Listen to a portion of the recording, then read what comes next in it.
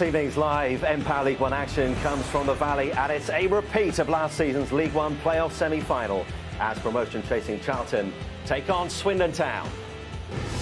10 games completed so far in League One today, and that lunchtime win in the live game for Huddersfield against Sheffield Wednesday means they move up into fourth. Charlton dropping into fifth, but then a win tonight will put them firmly back in contention towards the top of the table. For Swindon, with just 2 wins in their last 10 league games, they drop down into 19th and desperately need a win to begin to ease those relegation worries. Well, a very good evening. Welcome to the Valley, where the festive period is yet to produce a win for either side tonight. But for Phil Parkinson Charlton, it's the first time at home in front of the club's new owners to really impress against a Swindon side so far failing to reach last season's highs. My guest this evening is somebody who made 248 appearances for the home side. The former Charlton goalkeeper Dean Kiley is with me. Dean, a very good evening. Great to see you. So a new era begins here at the Valley. New owners in place. That era of uncertainty over for the time being, at least. I mean, Phil Parkinson is due to meet the new chairman, Michael Slater, tomorrow.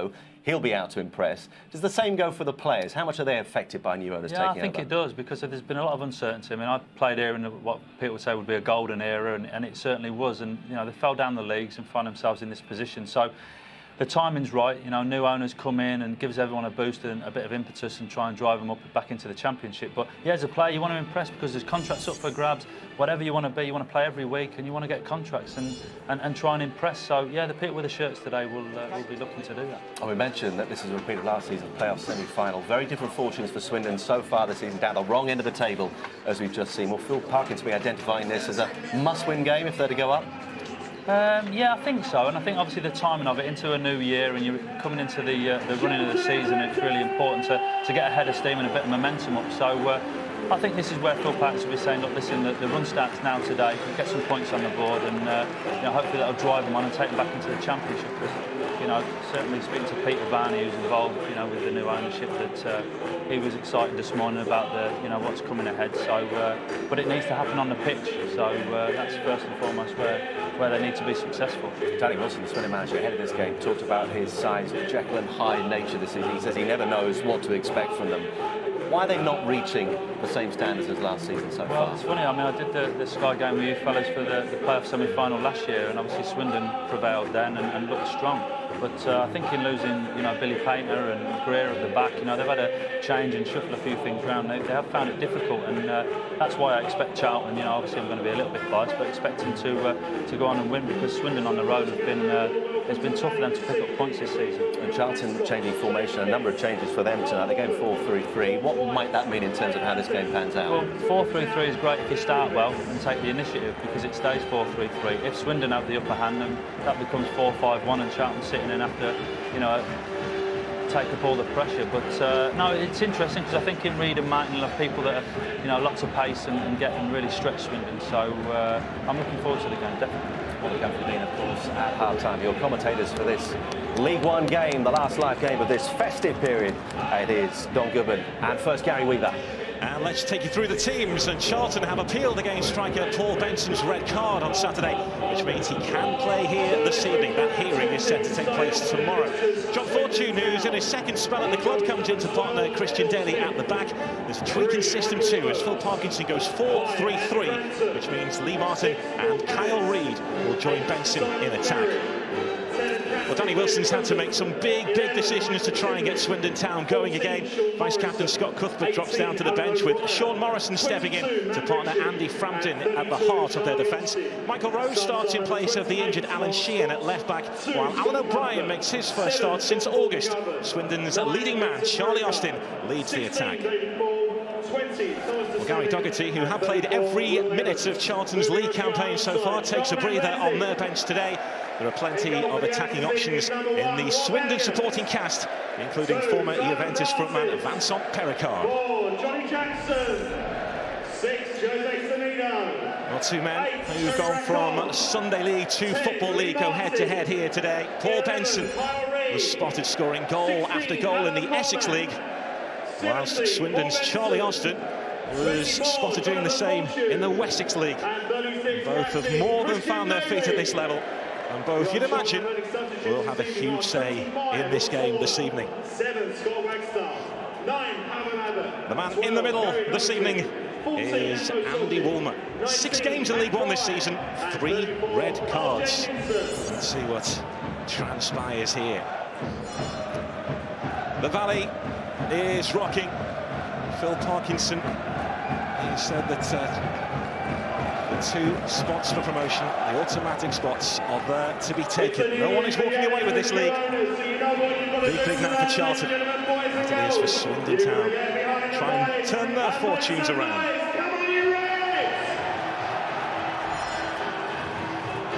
Swindon in their change strip of white shirts and blue shorts to get us underway at the Valley. Still feels and tastes like a Premier League ground, this place. Tucked away in southeast London. And Charlton with eyes on the top 3 in League One. Swindon looking nervously over their shoulders. These two have had contrasting fortunes since they last met here back in May in the playoffs. Charlton once again knocking on the championship door. But don't we wait to see which Swindon have turned up tonight? Well, we certainly do, and it's been puzzling for Danny Wilson to know why his team haven't been able to find any kind of consistency. A lot of the time they've had to make plenty of changes through suspensions and injuries. That certainly doesn't help, but they aren't hitting the heights that they are capable of so far, Swindon. A bit of added pressure is the 2 clubs above them, Notts County and Rochdale, and the 2 clubs below them, Orient and Tranmere, all won today. Danny Wilson has gone from leading his side out at Wembley in the playoff final just over 7 months ago to looking over his shoulder. But he knows his way around this league. Manager for more than 800 games now. It's a crazy league as well. What he also knows is a couple of wins and Swindon will be looking like playoff contenders rather than relegation contenders. This is David Prutton.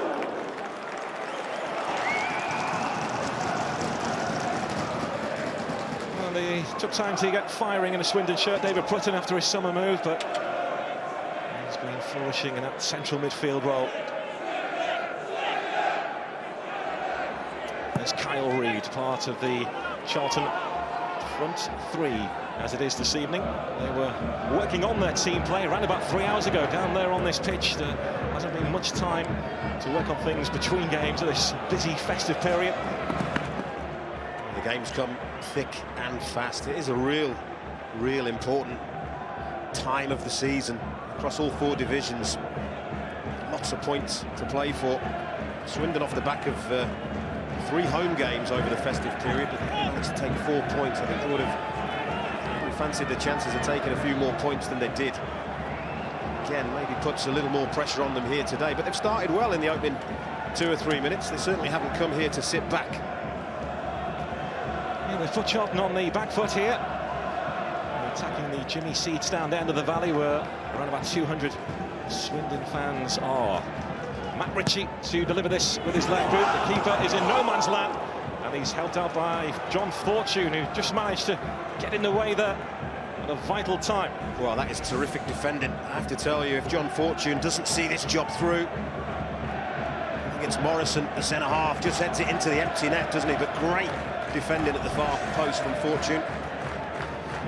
Second spell at the club, John Fortune. Returned in the summer. Ritchie with an outswinger this time. Dealt with more comfortably on this occasion by Charlton. Swindon on the front foot here, and this is Simon Ferry. And now Prutton. Ferry again. There's plenty of room here for Timlin. It's interesting. Flag stayed down, didn't it? Matt Ritchie just trying to get in behind there. Timlin finds an awful lot of space here. Look, so much space. I think the flag should have gone up. Maybe it would have. Matt Ritchie got on the end of that. Well, if we do have half of the drama which we had in the playoff encounter here back in May, then we are in for a treat. As he shoots out the side of it in Swindon's favour, and that playoff victory for Swindon sent a wrecking ball through the Charlton squad. And 4 players remain in this Charlton squad from the team which is out there that night. Same can be said of Swindon too. They've had to rebuild.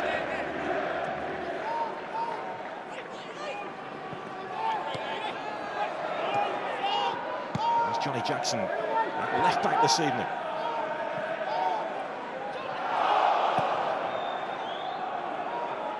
Tells about Alan O'Brien, the race on between him and Fortune, but Fortune could sense the danger. Swindon don't look like a team who are low on confidence. Well, they certainly don't. They've started pretty well. No, obviously Charlton themselves 4 games without tasting victory, so a little bit of pressure on them as well. 4 of the 5 teams in the top 6 with Charlton, 1 today again. So it's a big, big game. O'Brien, first start since August for him. Opportunity knocking for these Swindon Town players because of their lack of form, their inconsistency. Lovely spin from Reid, the former West Ham man. Good referee in that. He's clearly caught Kyle Reid. Great piece of skill. Referee Andy Warmer waited to see if they could get any advantage from that Paul Caddis challenge. They didn't. They pulled it back. Good refereeing. Through the West Ham Academy, Kyle Reid. He actually turned down a new deal at West Ham United when he was presented with it by Gianfranco Zola and moved on to Sheffield United. Francis. This is Paul Benson, who does most of his work as a predator inside the penalty area. He's been asked by his manager to try and do what he was doing there and try and be a little bit more energetic outside of the 18-yard area.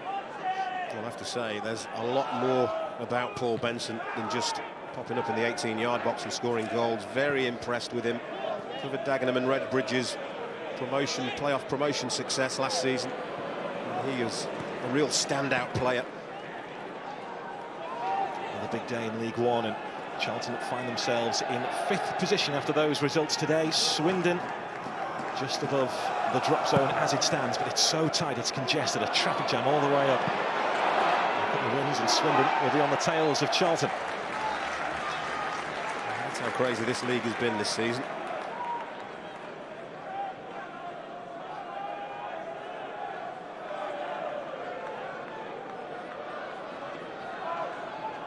This was a throw-in that Charlton were working on around about 3 hours ago on this pitch. The aim towards Paul Benson. Cormac spinning, so too was Martin, but dealt with by Swindon. This is Semedo, it's a lovely ball in. Retrieved by Kyle Reid. And Johnny Jackson. Well, he'll feel he's entitled to take a pot shot. He's been in the goals, hasn't he, Johnny Jackson? Not normally playing so deep at left back, but it's his weaker right foot, but he's still prepared to pull the trigger. Ball was rising as soon as it left his boot. Parkinson has already met with Tony Jimenez, who's part of the new ownership here. Says it was a positive conversation. And he will meet with the new chairman, Michael Slater, after the game. Initially, he wanted to go into that meeting with 3 points in his back pocket, but they will sit down more formally tomorrow. Well, they'll be hoping for exciting times here at the Valley, won't they? Peter Varney back at the helm as well. The man who oversaw that golden age. Money to spend, they're hoping, on strengthening the squad, and they hope that that will allow them just to push on and go one better than they did last season. And the new chairman there, Michael Slater, born in Manchester, a Manchester City fan. He's not quite the financial power of Manchester City. That is where he wants this club to be. Sean Morrison defending for Swindon. And Charlton sent forward John Fortune and Christian Daly.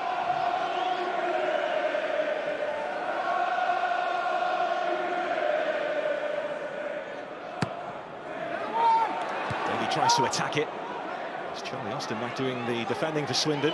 Everybody was back for them. Matt Ritchie was the outlet ball, and he's on the free kick.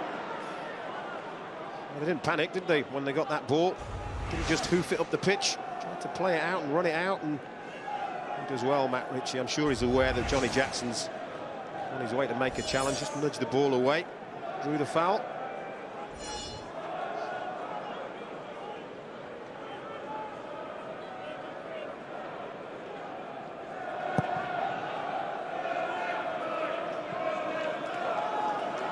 That Swindon are down in the bottom half of the table right now. They were latecomers last season, and they're having to arrive fashionably late this time around in the playoff mix. Reed's cross, Benson with the rise, and Smith with a catch. He's deceptively good in the air as well, Paul Benson, but finds himself where he likes to be, in the middle of those goals, and rises really well against the much taller Andy Frampton. Gets the header on target. Easy pickings though for Phil Smith. Timlin tried to play in David Prutton. It was just about cut out. Terry Rackon. Lee Martin losing out. Here's the busy Alan O'Brien, but collected by Simon Francis. Semedo came through the talent factory that is Sporting Lisbon. Cites Cristiano Ronaldo as one of his best pals in football. Not quite the same game as Ronaldo's.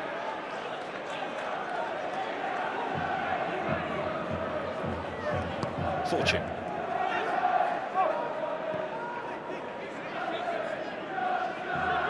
Christian Daly, 37 years of age. According to his manager, he's getting fitter and fitter. They're working so hard, Swindon, aren't they, to keep the pressure on Charlton, win the ball back off them high up the pitch like that.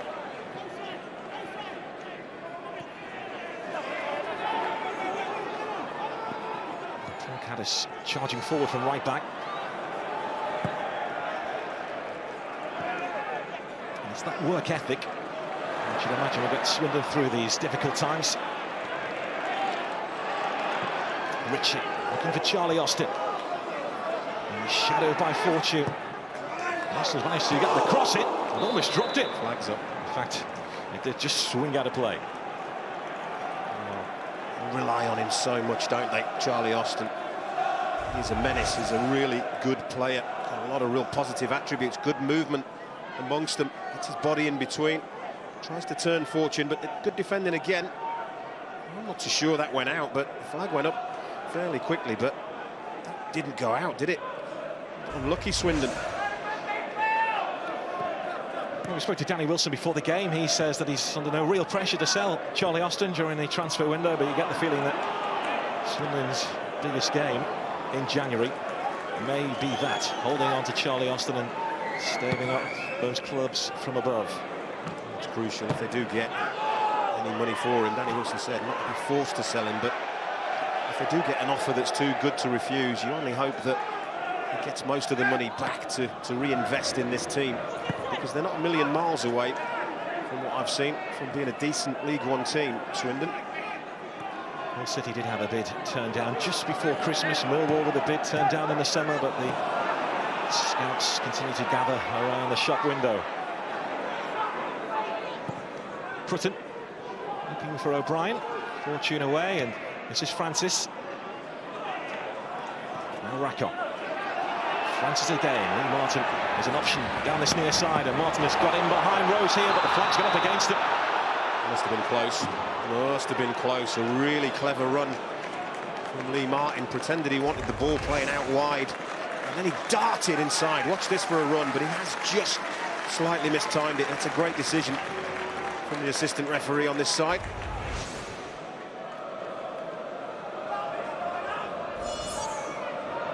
He's hopeful of making a mark here at Charlton. He's been around a bit, Lee Martin, in his young career as it is so far.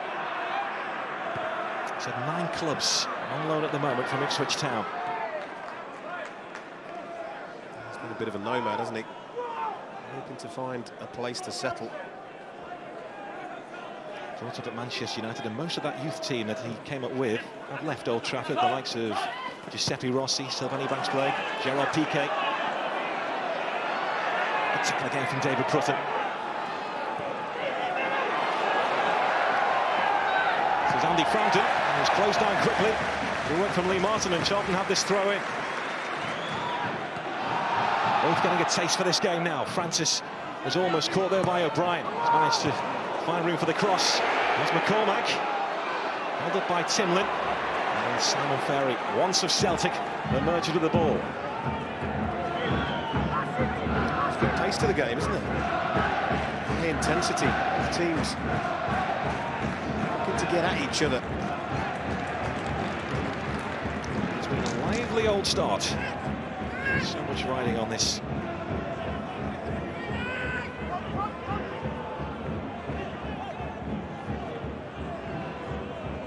Ferry. Ritchie. Nicely worked by Swindon, pushed away by Elliott. Austin was charging in at the back post.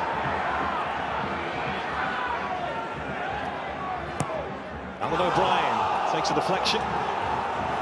Important touch there from Rob Elliott. Let's try and pick out Lee Martin. It's about 3 times. Rob Elliott in the goal has tried to pick out Lee Martin quickly, but very, very dangerous thing to palm that back into the danger area. Textbook, but he's not to know what's behind him, Rob Elliott, and therefore he decides to take that gamble. Just about gets away with it. Charlie Austin's eyes lit up there. He thought the ball was coming his way.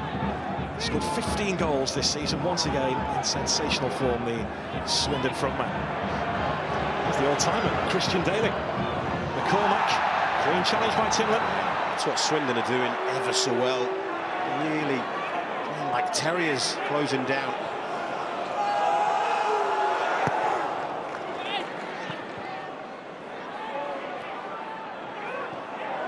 Struck about the inconsistencies of Swindon Town. They've beaten 4 of the top 7 and lost to 3 of the bottom 6. Yeah. No real logic to it, is there?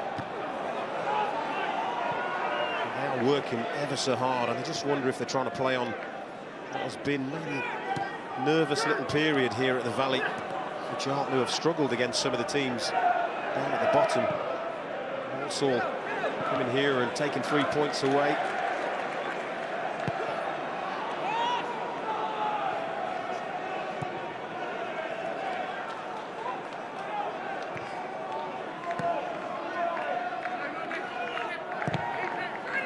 Francis closed down quickly by O'Brien. That's Simon Ferry.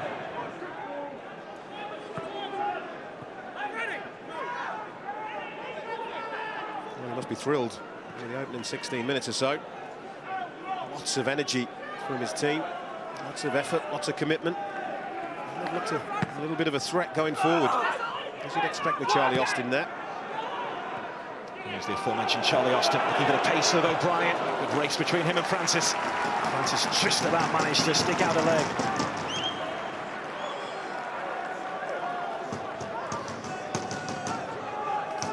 I don't know about Matt Ritchie's left foot. Real good delivery. 2 big centre-halves coming up from the back. Sean Morrison and Andy Frampton are the 2. Putting just in front of the goalkeeper. It's Morrison. Should have done better. Gets the run on his marker. Gets ahead of him. We did see him score in front of the Sky cameras against Bristol Rovers back in October. He's got 4 goals now. The 19-year-old. That was a good opportunity.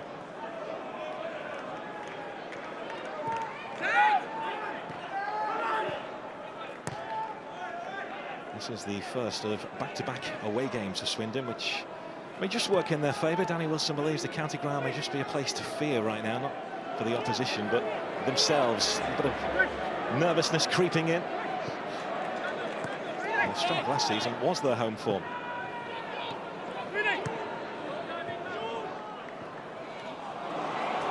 And it was an early moment between Reid and Martin. Timlin. Prutton has made the surging run here. Covered by John Fortune. No one in the middle of Swindon Town. It's a shame. Once again, very nearly good football, but it's the skipper leading by example. He's getting forward quite a lot in this match. More than perhaps I would have expected.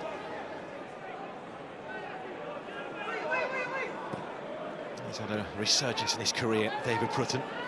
He's in the reserves at Leeds. Managed to secure a move to Colchester, and now here playing for Swindon Town. Certainly highly thought of during his Southampton days. Austin. Matt Ritchie, another of Swindon's loanees, but that deal will be made permanent in the next few days, Swindon are hoping. Prutton looking at Charlie Austin. Thumbs up to David Prutton. It's again clever movement from Charlie Austin. Just gets him half a yard. Look, pulls off the shoulder, puts his arm in the air to let David Prutton know he's ready for that ball.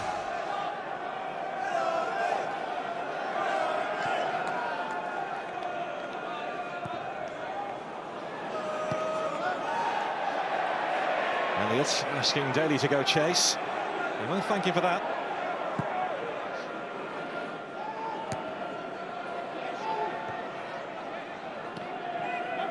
Semedo. There's Kyle Reid. Johnny Jackson trying to offer some support on the far side. It's Kyle Reid, he holds on to it and then runs out of steam. Once again, crowded out.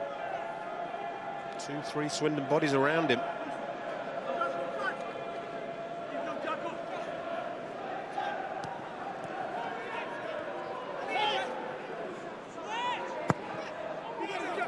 Caddis looking for Austin. Easily dealt with by Jackson.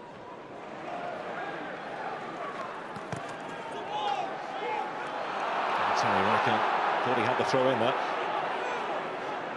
You can just hear the crowd just starting to turn a little bit, get a little bit frustrated with the goings-on that they've seen in the opening 20 minutes. It's always going to be really important for Swindon to get through the opening 20 minutes intact. They're the team with, I think, the third worst away record in this league.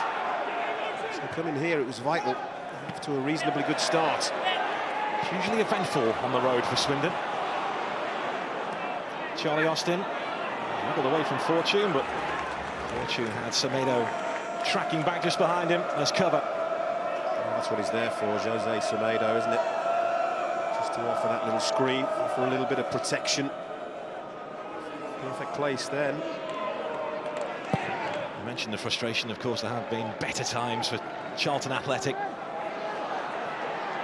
Just over 4 years ago now since they were inviting and welcoming Premier League royalty to this ground. And the best in England was strutting their stuff on this pitch. It's been some fall. There's new owners now. They hope to at least make it back to the Championship. Phil Parkinson says he doesn't believe there's any extra pressure on him to do it this season. He wants to do it this season, but no added pressure than that compared to last. Kyle Reid fizzed in, tramped it away, and Johnny Jackson, it's looped in.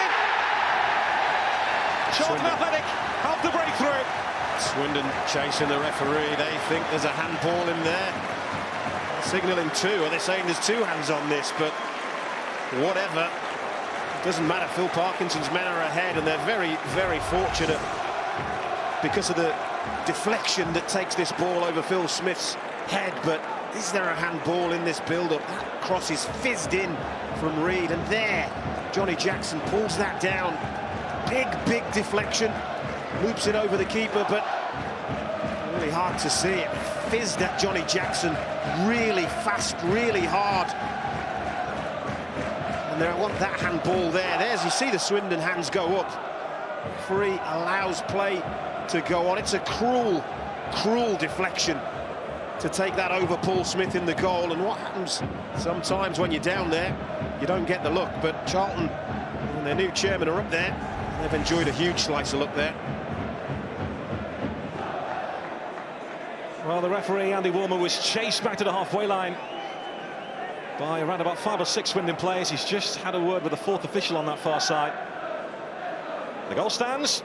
Johnny Jackson, Charlton's leading scorer this season, has got his 13th of the season. Now, Charlie Austin's been told to leave the pitch. He's changed his boots, so he'll have to be waved back on. Has the game gone mad? The game's gone mad.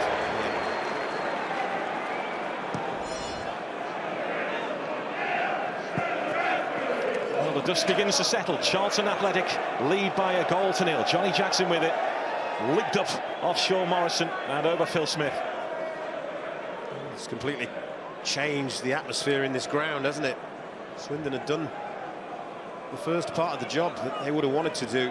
That was to quieten the crowd down a little bit. All of a sudden, find themselves behind, and now they're going to have to display a lot of character, because I think they've probably slightly edged the open exchanges here for me.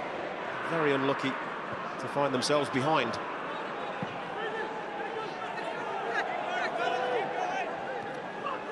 Work to do for the Swindon manager.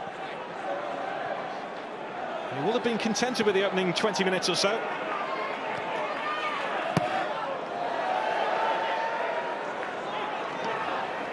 There's Francis. See it again. How often do you see it? Cruel pieces of luck happening to those teams that are down towards the bottom of leagues, whatever the level.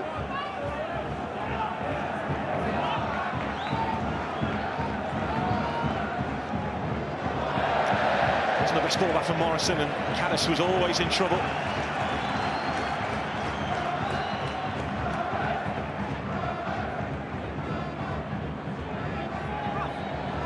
Kyle Reid, the goal scorer, Johnny Jackson. They've moved further back this evening, Johnny Jackson, to a left-back position, but you still can't keep him out of the goals. He's scored 5 penalties this season as part of his 13-goal run now. Semedo fell by Charlie Austin. And Swindon will just want to keep their heads here now, try and dig in and regain their composure. They feel sinned against. One of the reasons they're down there is they've only managed to keep 3 clean sheets in League One this season, which is really, really poor. They're a little bit unlucky with the way they've conceded that opening goal. Martin easily away from Rose. There's Michael Rose. O'Brien for support on this near side. Prutton through the middle. It's been all energy display so far from David Prutton, but couldn't find the right pass there for Ritchie.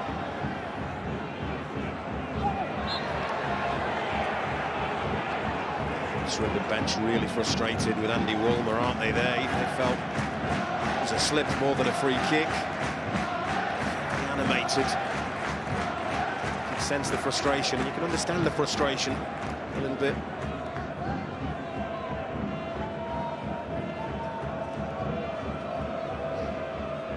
Big call, isn't it? Paul Benson definitely struck him on the arm. Rackon. There's Morrison. Terry Rackon again. Every transfer window is linked with a move away from the Valley. Fortune trying to pick out Benson. Morrison towering above him. Simon Ferry. Timlin. Martin is after him. Ritchie cutting inside onto that left foot of his. Timlin. This is Rose. He was trying to pick out Charlie Austin, but plenty back for Charlton. I think there were better options. Didn't have to throw that ball in from so deep. The left back.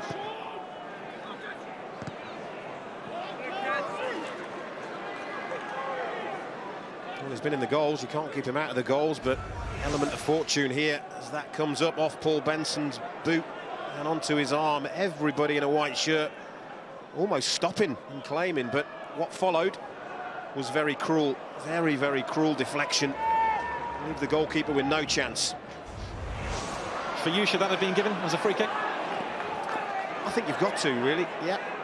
I think it clearly gave Paul Benson an advantage. Let's put it this way, if I was of a Swindon persuasion, almost certainly. I don't think you would have kept up with the referee, though, towards the halfway line like most of the Swindon players did. This is Rackon. And Martin, a little bit of menace about Martin, but Simon Ferry, who's been everywhere in this game so far, in the way. He's managed, for now, to turn out of a spot of bother. He's done brilliantly there, Simon Ferry. Not only did he make the tackle and dispossess Lee Martin, stayed calm, brought the ball out. Well, he was touted as the next big thing during his Celtic days, Simon Ferry, but had 3 injury-plagued seasons, which put an end to his career at Celtic Park. Semedo getting the better of Austin. Ritchie picking up the pieces. Charlton looking to try and take a firm grip of this game now.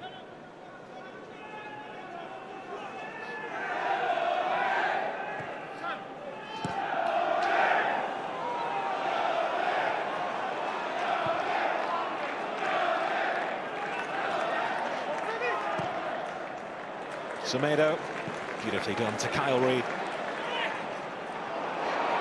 Kyle Reid into a pocket of space, tries to go around Ferry. Was met by Morrison. And it was a heavy collision between the two. It was a heavy collision. I think Kyle Reid has maybe come off worse here. It may get worse for him. I think he's going to see a yellow card when he gets to his feet. Just overruns the ball. I'm sure Paul Cadd is still inquiring to the referee about the handball of Paul Benson in the build-up to that goal.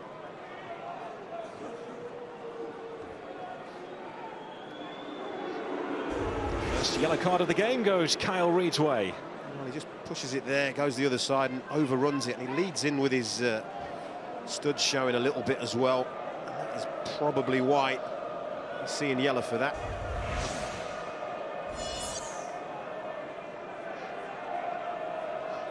Thankfully, Sean Morrison is back on his feet. He's a huge figure. He's the 19-year-old at the back of Swindon Town. Benson's flick. Martin will try and reach it.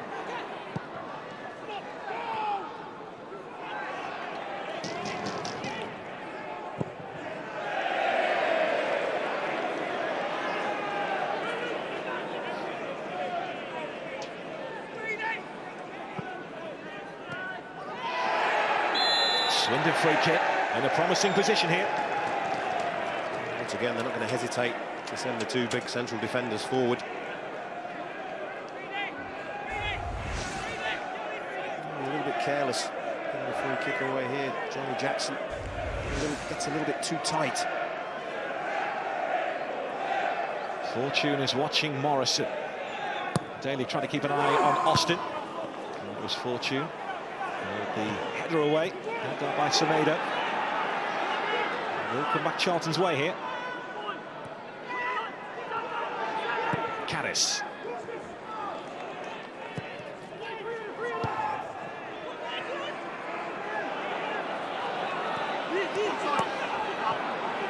Plenty of pace about Lee Martin.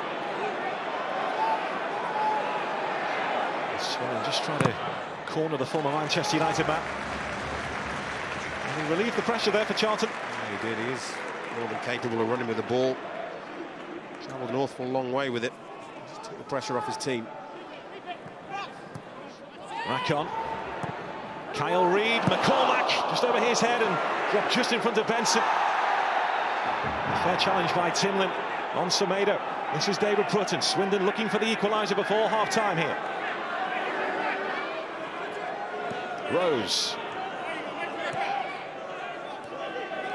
Charlton have regrouped inside their penalty area. Michael Rose. And the momentum of the attack has been lost.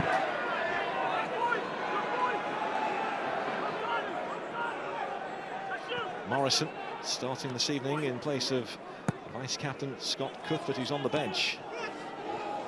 David Prutton.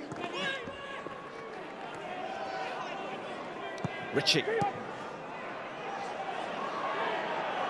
It's going to pressure this from Swindon Town. Timlin finding Prutton. He's got 4 to hit in the middle.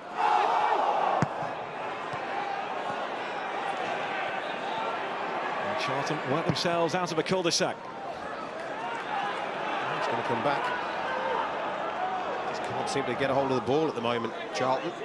And Swindon done really well in their response. It's been a positive response since the goal.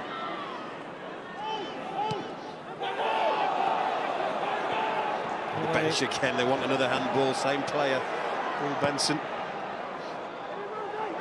Thing towards Martin, who's marshalled by Rose. Francis comes running in, part of the support cast.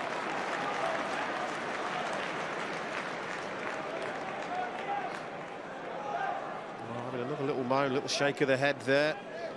It was almost deja vu, wasn't it? Nothing came of that one, but just inquiring to the assistant on that far side as to why that wasn't given. But look at that response from Swindon. Very, very impressive. Away at the Valley, 62% of the ball. Need to be doing something with it, though. Using the most animated conversation that between manager and assistant referee. McCormack on the burst for Charlton. Now it's Martin. Paul Benson waiting in the middle. It's an awkward-looking ball, but Phil Smith on his toes to pounce. Well, Phil Smith did well because he shouted extremely loud and left his central defender in no uncertain terms that this ball was going to be his. Very easy to get in a muddle there, but look, it was Frampton that pulled out because he heard the keeper's shout. Well, he's been Swindon's #1 since November time. David Lucas, who is missing this game tonight, has been on the bench in recent weeks, but he's picked up a knee injury. Danny Wilson making the switch to Phil Smith, being Swindon's #1 again. Danny Wilson says he's closed the gap between himself and Dave Lucas. Nothing he could do about the goal, though.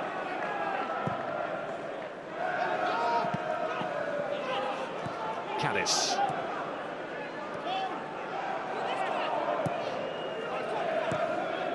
Charlie Austin.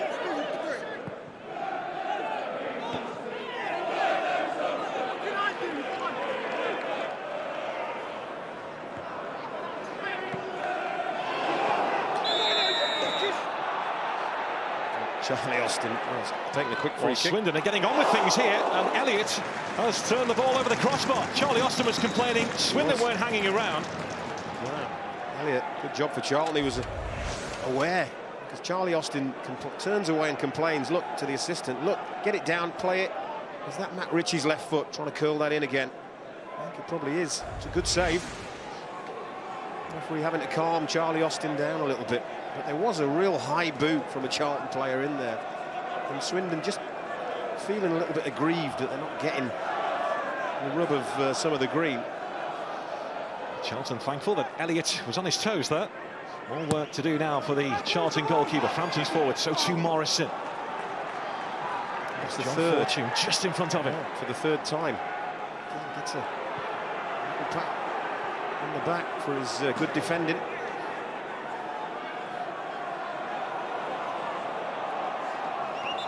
He's really racking up for Swindon.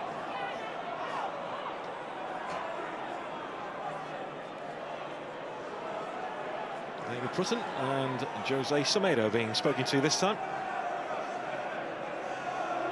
No strangers to referees, David Prutton. I'm sure he'll be thrilled you're reminding the world about that. By his own admission. Matt Ritchie's corner kick. Again, it was Morrison.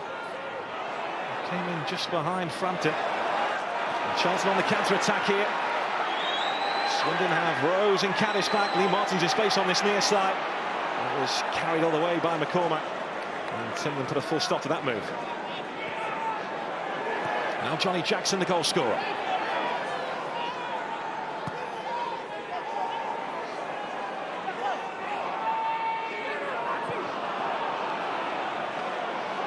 Charlton Athletic very much a championship club in the waiting. Is this the season they make it back? Don't want to be in that waiting room for too long. Rackham was trying to play in Francis. And now it's Rose. It's been a high energy encounter this first half at the Valley. Rose beautifully in Austin. Well, normally he would put them away. Yeah, spot on. He knows himself. He doesn't need anybody to tell him. Should be 1-1. Fair play to Michael Rose. Carries the ball a long way, and when the Charlton defender comes across, he puts it in the perfect place for Charlie Austin. But it's coming on the half volley, and that's what makes it awkward. But by his own high standards, he should be scoring from that.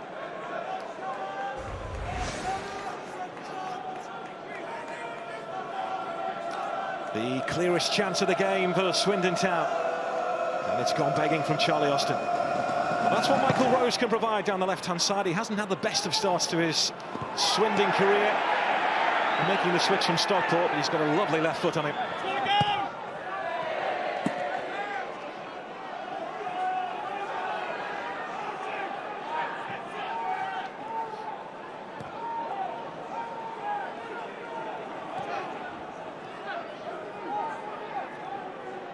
Semedo.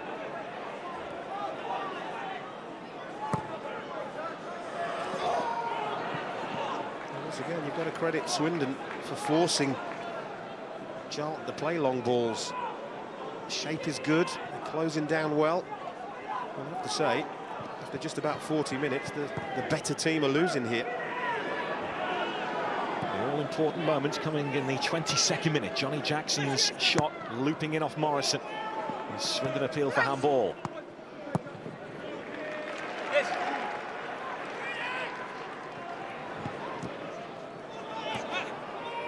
We did ask which Swindon would turn up here this evening. We've got our answer. It's the team which has beaten 4 of the top 7.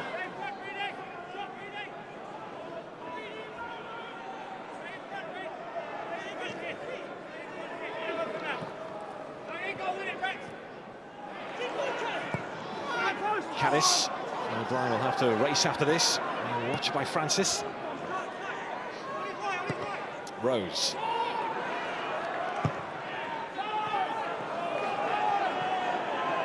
Timlin, who was on loan at Southend earlier this season and was called back. Rose into the path of O'Brien. Nice, patient football from Swindon Town. Now the delivery, saved by Elliott on the follow-up though. Matt Ritchie equalises for Swindon Town, and that goal has been coming. Well, you took the words right out of my mind. It has been coming for sure. Nothing more than Swindon deserve, and Rob Elliott left a little bit exposed. And you know, they had the ball for a long time down this left-hand side, and they worked it beautifully. They stayed patient, and all the time the bodies for Swindon creeping into the penalty area. 3 of them, and it's misjudged by Johnny Jackson. As this ball comes in, it goes over his head. That's a decent effort. Goalkeeper does well.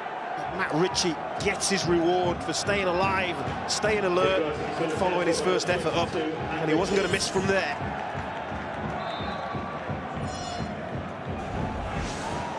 His loan from Portsmouth about to come to an end. A permanent deal about to be offered to him. Matt Ritchie has equalised for Swindon, and more than they deserve in this game.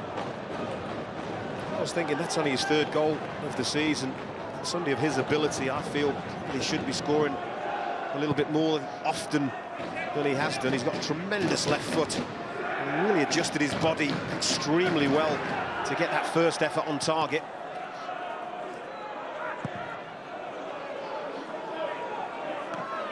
Benson, tidied up by Ferry.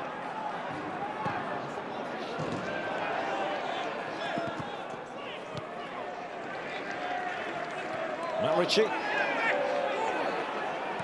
Now Prutton. Kyle Reid has stayed down here for Charlton. Paul Caddis. Corner to Swindon, who are ending the half on the front foot. There we are. You would feel Phil Parkinson must be a little bit concerned about how this game is turning out. Not really by their own high standards, really at the races yet.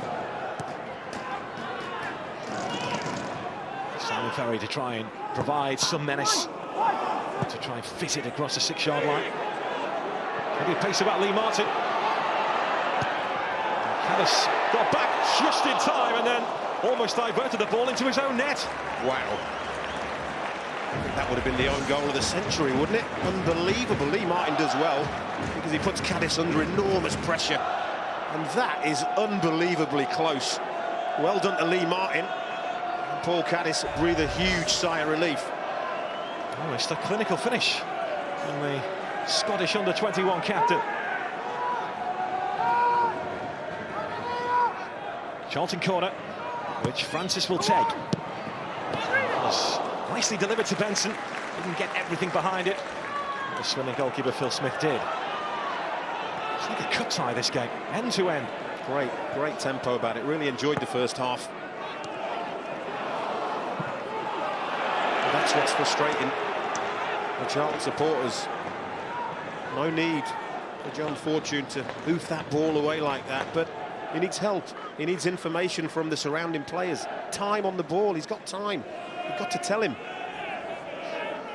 And for Gary Doherty this evening, who is on the bench, had played every minute of Charlton's league campaign up until this evening. Gary Doherty. Swindon voices you can hear in southeast London. Ferry picking out Rose.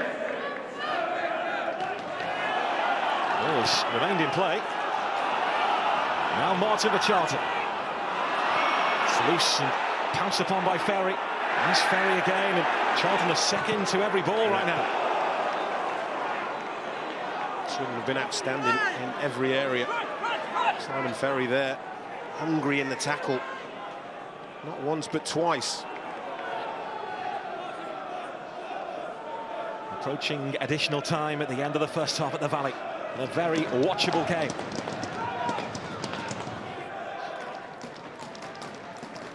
Frampton forward. Morrison has stayed back. Same towards Frampton. Ritchie tries to get there, so to Austin, and he's swept away by Rackon before Ferry could capitalise. 2 minutes additional time to play. 2 minutes. 2 additional minutes.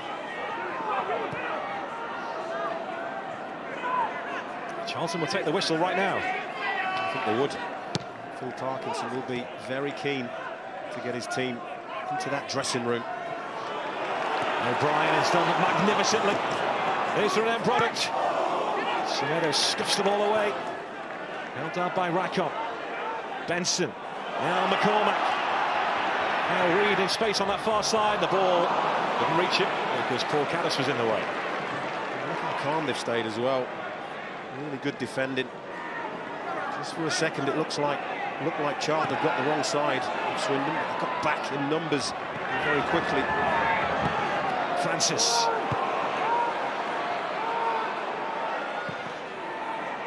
McCormack.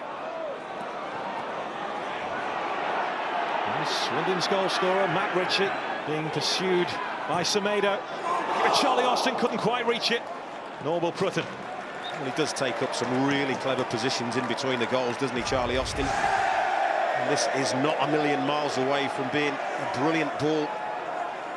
Prutton on the far side as well. Look how close he gets to that. It's just a smidgen too high.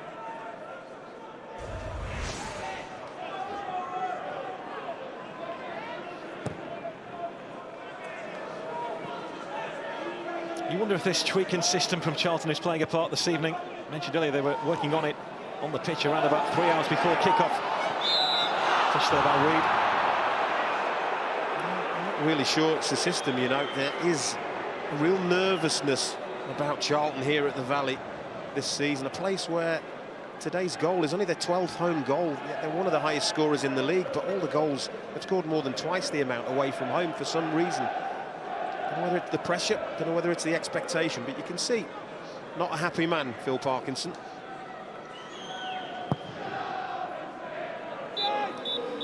Nothing to choose between the two, scoreline-wise, at half-time. But Swindon have dominated this first 45. Charlton, though, struck first through Johnny Jackson. A deflected shot off Morrison, which looped in. Swindon appealed for handball. It wasn't given. But then Matt Ritchie was there to level up. 4 minutes before half-time. All to play for the Valley. At the break, it's Charlton Athletic 1, Swindon Town 1. Yes, it might be an era of new ownership here at the Valley, but as you were just hearing, there's still a very edgy feel to things here at the club. They go in level pegging the thoughts of Dean Kiley when we come back, but one would imagine that Danny Wilson will be rather happier than the new Charlton owners. Dominating possession, Charlton got a handy lead, but Swindon very much back in this one.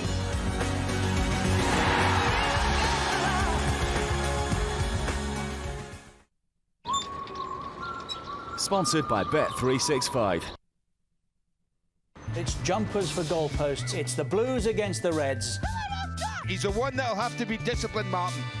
That's his 57th goal of this season. Oh, great save. Noah was exceptional. He's done well back there, hasn't he? Blues are running riot here. Oh, brilliant goal from Alessia. What a goal that is! That's Alessia's 6th goal. You are the Sky Sports man of the match. Sorry, go. Hang on.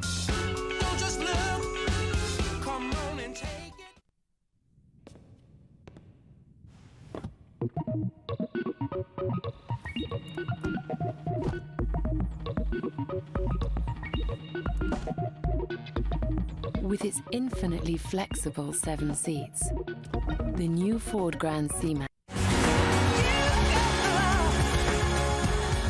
Here at the Valley at half-time, it is Charlton 1, Swindon Town 1, and many of the fans here at the Valley wondering where that next win is going to come from. New owners in place, but no nearer to get that all-important win. No win for them or Swindon during this festive period. The former Charlton goalkeeper, Dean Kiley, is my guest.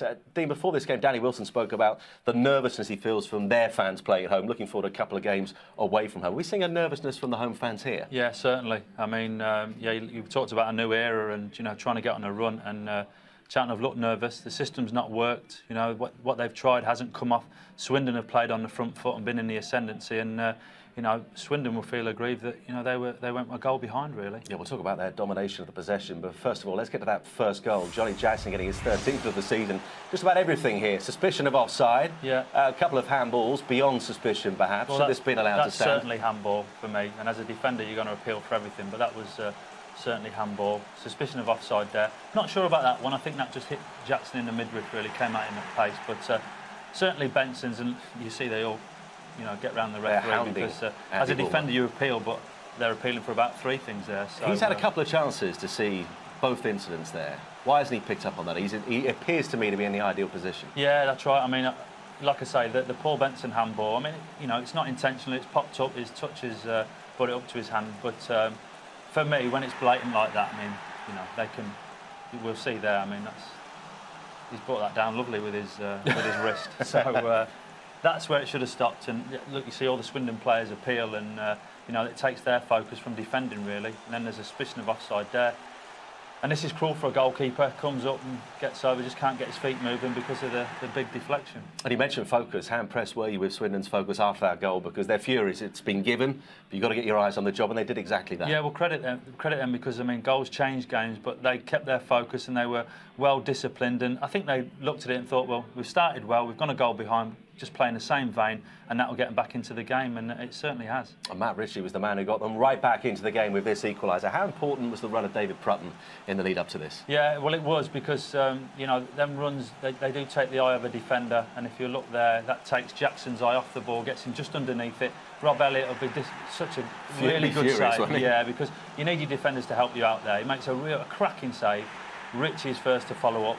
But, the fact Charlton are playing 4-3-3, and I think it's Kyle Reid there back in his own box, so that system's not working if Kyle Reid's 8 yards from his own goal. So having scored down this end and then being involved at the other end, will Johnny Jackson's defence be the run of Prutton? Absolutely, yeah, and that's going to take your eye because credit Prutton because they're playing 4-5-1, but to get in the box and take a chance, that's how you affect defenders, and he certainly did that, and he made that the space for Ritchie to get on the end of that. The away side enjoyed 71% of the possession in the final 10 minutes of that half. Danny Wilson, he'll be the pleased of the two managers winning at half-time. He'll be more content. Yeah, most definitely. I think they'll be happy. They'll just keep it as it is, and they'll just want that response because they played on the front foot and they've got in and around Charlton. They've broke everything up. Charlton playing long, hopeful balls into an isolated Benson is going to be difficult at the best of times. But I would have thought coming here tonight that Charlton would have played really positive and tried to put Swindon on the back foot, but that hasn't happened. And they've got another couple of gears to go, Charlton, I think. They're not playing nowhere near their best football, but I think Phil Parkinson will be in there looking for a response because they certainly need to start the second half better. And Swindon have taken the game to Charlton as well, haven't they? Matt Ritchie had a great chance, took advantage, took a quick free kick and nearly had Charlton in all kinds of trouble. Yeah, well, this is clever because, from my point of view, you've got set pieces and they're all well drilled and well thought of, but the fact that there was a free kick, then it was taken quickly and Ritchie looks at the ball, and gets a shot off. And credit Rob Elliott because, you take that time, that little 10 seconds to get your defence organised, put a wall up. There was no time for that. Ritchie got on with it and struck a shot and Rob Elliott dealt with it, really well. So we mentioned that change in formation for Phil Parkinson's side. Going 4-3-3 tonight. What does he do in the second half? Well, that system can work, but it certainly needs to be on the offensive and on the front foot because, Carl Reid and Martin, they need to be up and around Benson and playing in the attacking third. At the moment, because they're honest professionals, they're sitting back in and helping, McCormack, Rackon and Semedo, they're helping them out and putting a shift in. But 4-3-3, like I said to you before the game, becomes 4-5-1. If you put on the back foot, and Swindon have done that to Charlton in the first half. Both these sides desperate for a win, but for very different reasons. Swindon looking to pull away from the relegation zone. Danny Wilson's side doing everything right at the moment. Phil Parkinson, with new owners in the stands, still has much to do.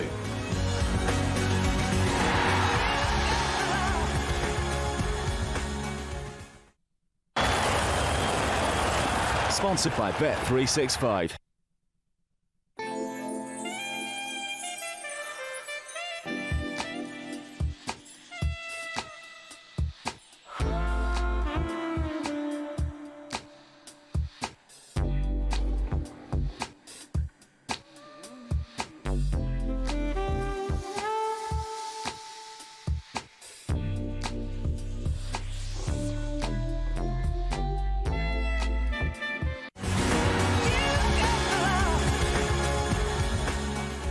Might be back to work for many tomorrow, but plenty of Premier League action to enjoy later this week. Tomorrow, Fulham, who find themselves in the bottom three in the Premier League, take on West Brom from 7:30 p.m. from Craven Cottage, live on Sky Sports HD2 and 2. What a game to look forward to on Wednesday. It's second place third. It's Arsenal against Manchester City from 7 p.m. Sky Sports HD2, Sky Sports 2 and Sky 3D as well.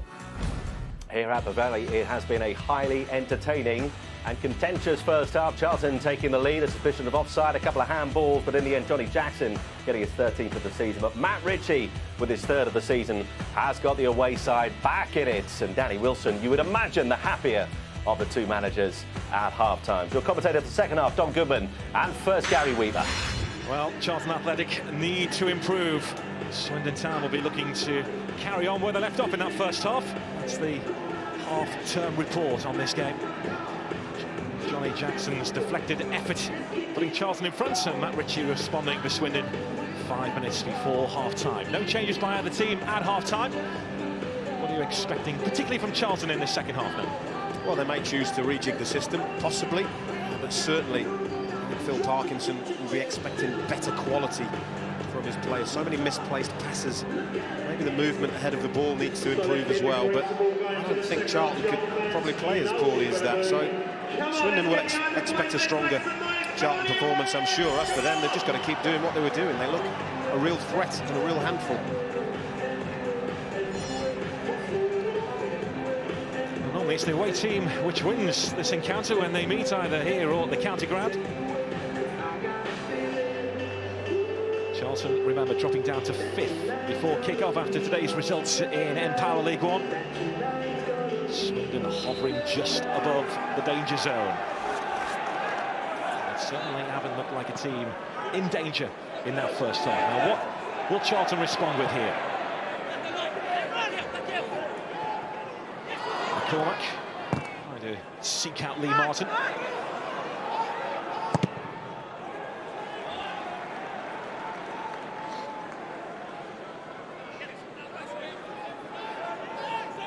The two starting 11s here at the Valley this evening. Charlton with this tweaking system of 4-3-3, the same can be said of Swindon Town as well, with Charlie Austin leading their attack today. And the support from out wide.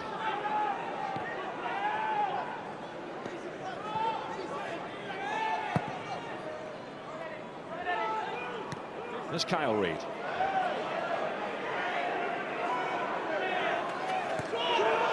From Ritchie, the better of Callis. Ritchie to Charlie Austin, who had that wonderful chance in the first half. Timlin, looking to Charlie Austin again. Trying to test the pace here of Christian Daly. Just the angle, a little bit too tight, just couldn't get his foot around it. Pull it back into the danger area.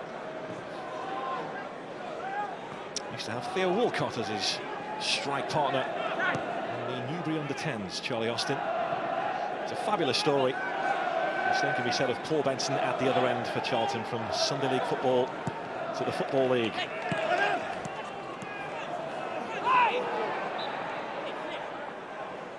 Found with Andy Frampton.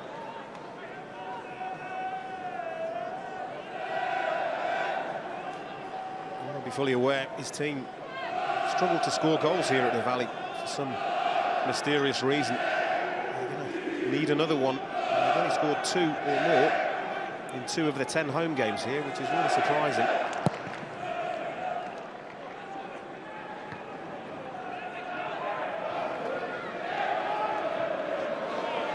Benson.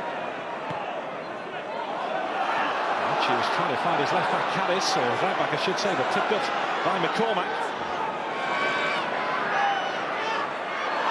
McCormack goes down theatrically, and the referee gives him nothing. Oh, look how many bodies were around him. That's been a theme here tonight. Swindon work rate, because it was a mistake from a Swindon player that led to that situation, but they soon remedied it. Big Paul Benson. Just about enough on that layoff, and Charlton was settled for the corner. They really need something to give this crowd teeth into, don't they, Charlton?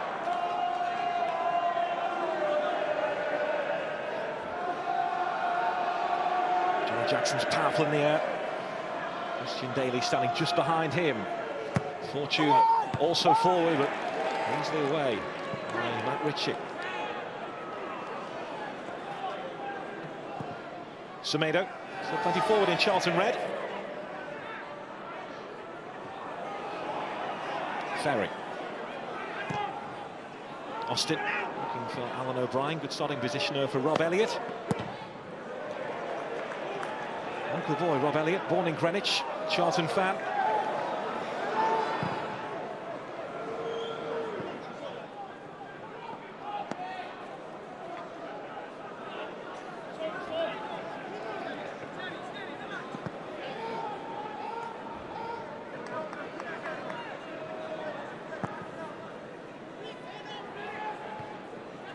Once again, not a lot of movement ahead of the ball there when John Fortune had it. Pretty static in front of him. Have to resort then to that long, more hopeful ball.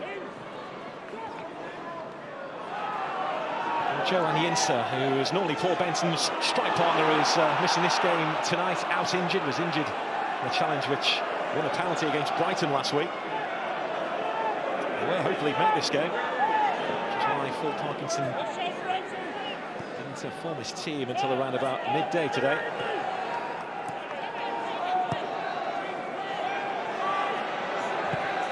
Semedo.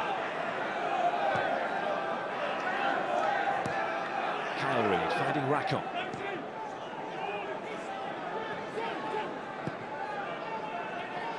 Semedo closed down quickly and just about managed to play the ball around Rose. A little bit of afters between the two there.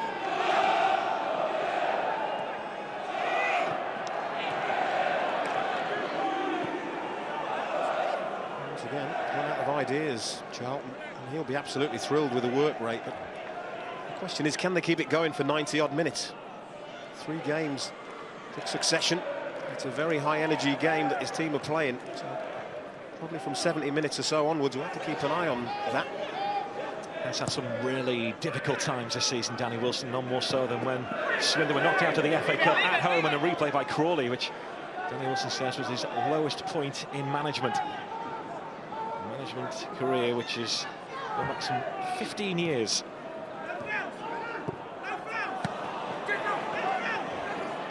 Charlton seen plenty of the ball, but no real way through yet.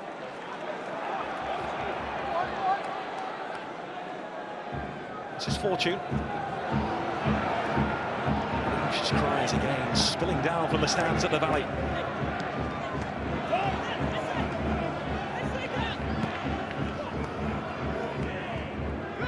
There's Prutton.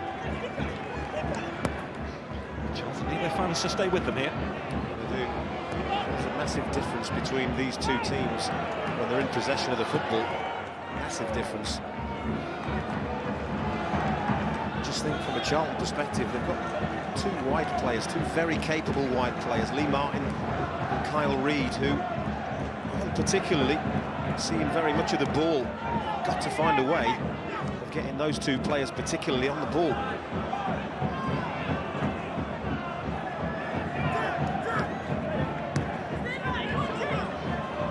That's Kyle Reid. Cormac, signing from Southend in the summer. He's been a big part player this season, not used to sitting on the sidelines. David Prutton trying to set O'Brien away.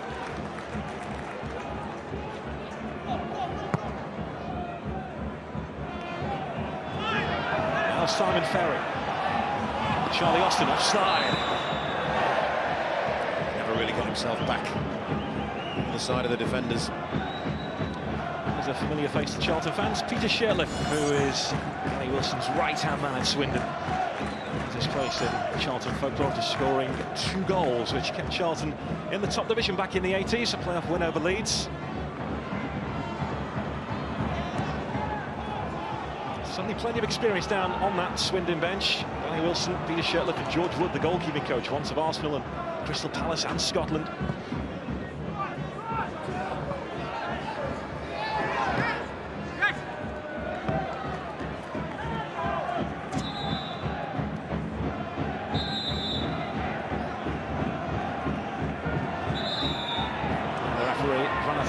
Johnny Jackson.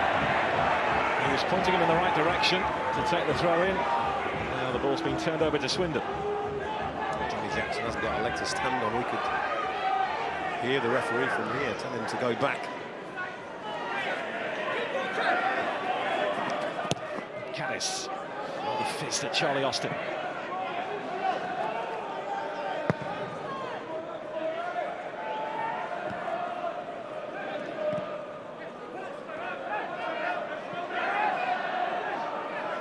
Semedo. Security guard in front of Charlton's back four. Now Francis. And it's Paul from Charlton. Swindon will look to try and play on this nervousness around the valley. Austin has held off Semedo. Strong challenge by Fortune. Austin. And flag raised against Timlin.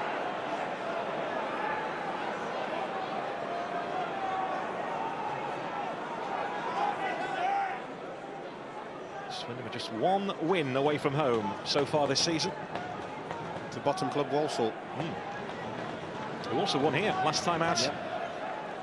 Last time Charlton played at the Valley.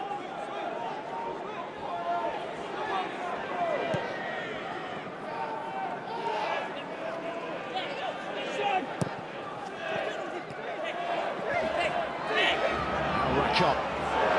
Martin looking for Rakon again. Rakon may well reach it. Phil Smith made sure he didn't. Oh, Michael Rose could have been getting some anger pointed at him because he takes a huge gamble here trying to shepherd this back to the keeper and nearly loses it. Look, just about gets away with it, the left back. I think as a defender, he should have been putting his foot through that and getting that away.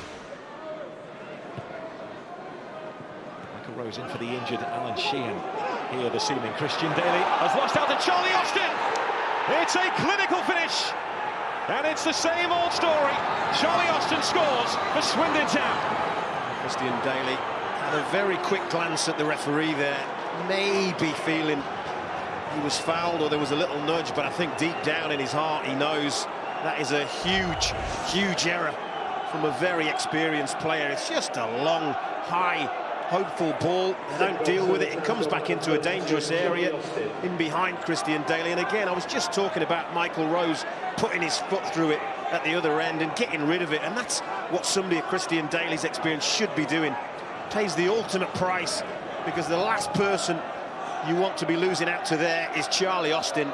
He is a striker in huge goal-scoring form at the minute and he dispatches it. Great power, and he gives the goalie no chance. Been watching the cricket. Sprinkle celebration from Charlie Austin, whose price tag has just gone up a notch. A ruthless finish after the error from Christian Daly. And Swindon have turned this game on its head. Something has to change. Something has to change from a Charlton perspective. Very, very predictable the way they're playing at the moment. Very easy to defend against. They're not carving out any chances. I think he's going to make changes. He needs to.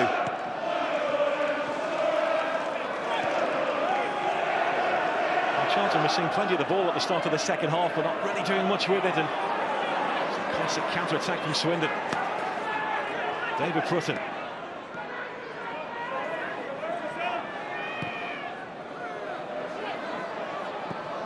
Rose. O'Brien to drive at Francis. Looking for Charlie Austin. There's no flag. Oh, listen to the crowd. Listen to the crowd. They know this game is slipping away from them.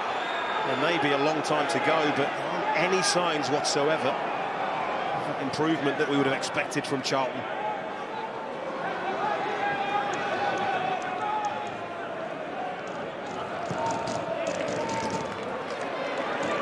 This is Ferry.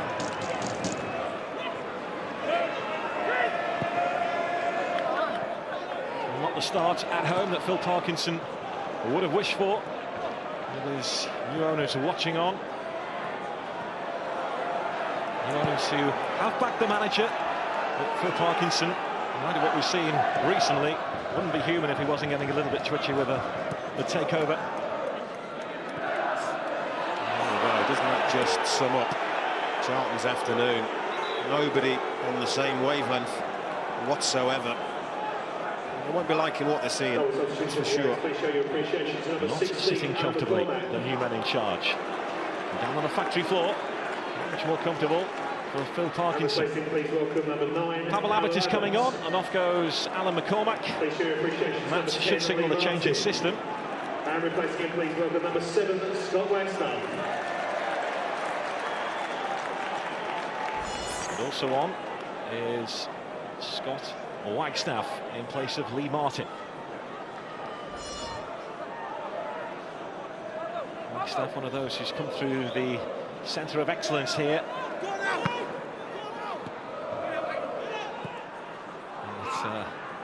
It served its purpose, the Charlton centre of excellence.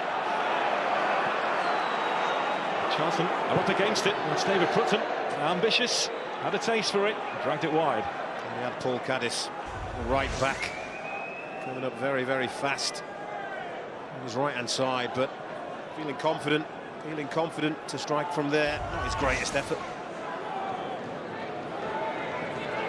Swindon enjoying twice as many attempts as Charlton.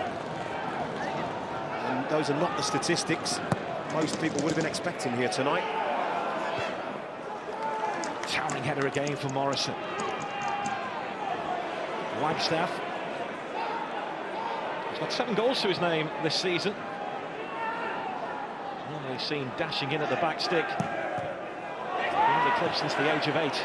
But a change in system now from Phil Parkinson. 2 up top, he had to do it. Yeah, the team looked very, very alien. Probably the better option was O'Brien's run on the far side. Nevertheless, the application needs to improve. Doesn't really matter about what system you're playing.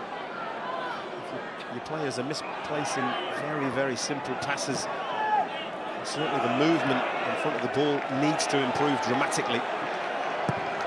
It's Kyle Reid, Wagstaff, Benson, the block from Frampton.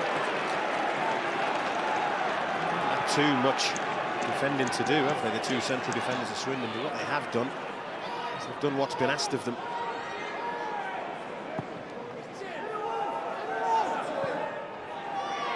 That's Kyle Reid.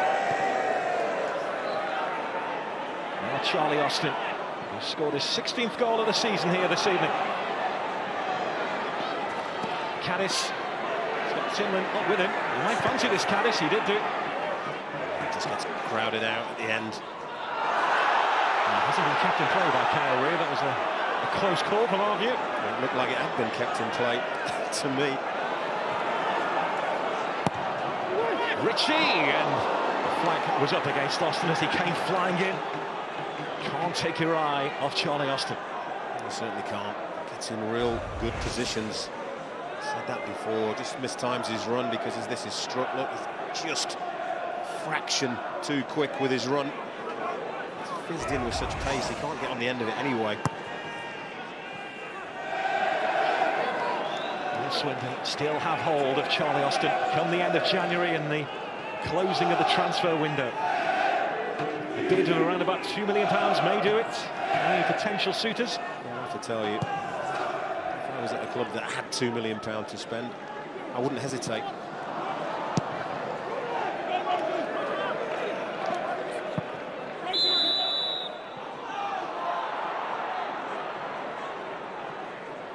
Charlie Austin's big break came when Andrew Fitton, the chairman of Swindon, saw him play at Hungerford, where he had previously been chairman, and recommended him to Danny Wilson to go and have a look. And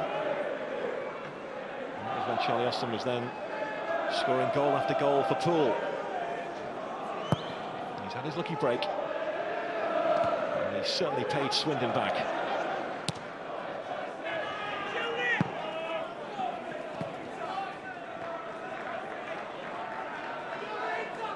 Some tough games coming, Charlton as well.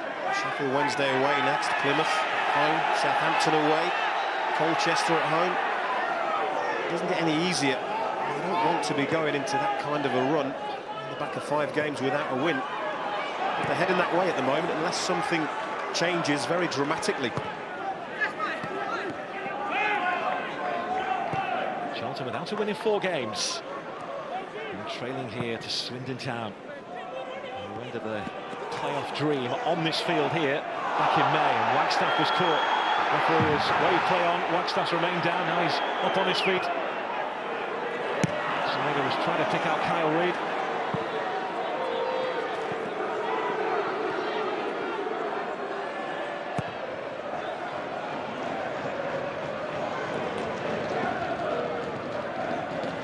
I'm looking for the movement ahead of the ball, and I'm not seeing anything dynamic. I'm not seeing a lot of energy.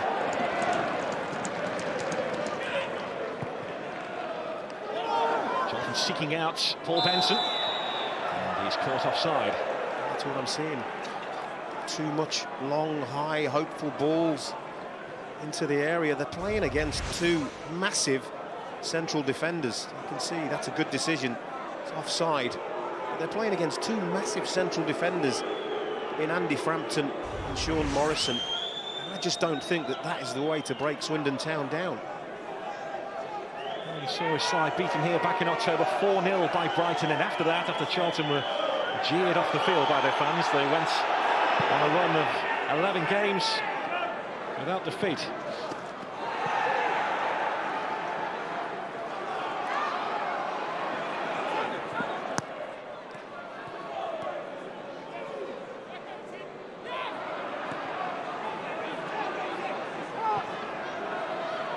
Matt Ritchie.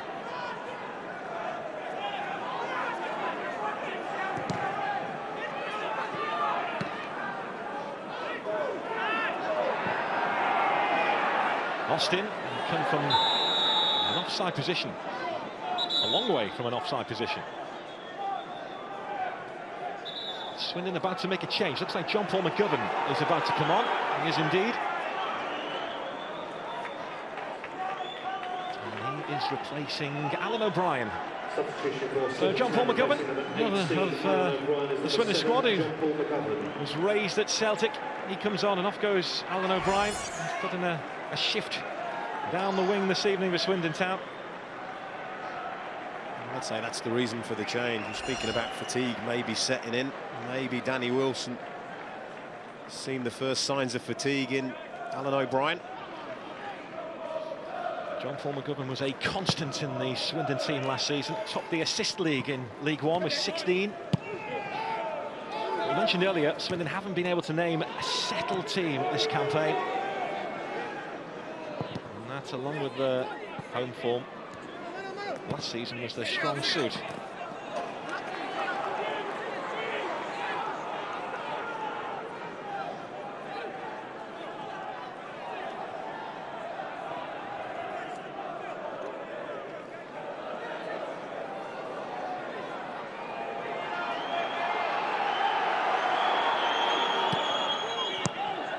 Rose. So looking to try and bully John Fortune off the ball, but Fortune stands his ground.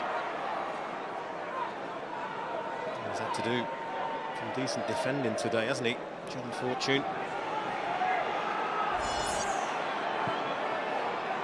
Left the club in the summer of 2009, headed off to Sheffield United, was invited to train back with Charlton in the summer. John Fortune played in the reserve game and was then handed a contract.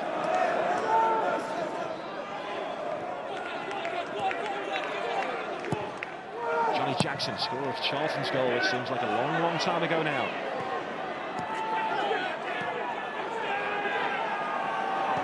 Semedo.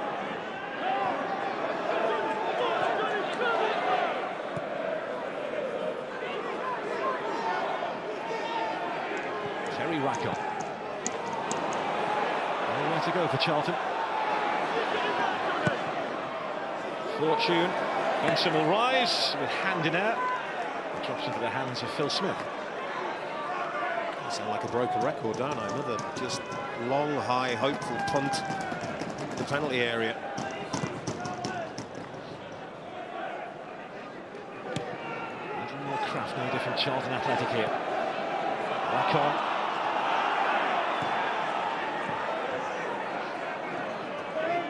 Rack on again.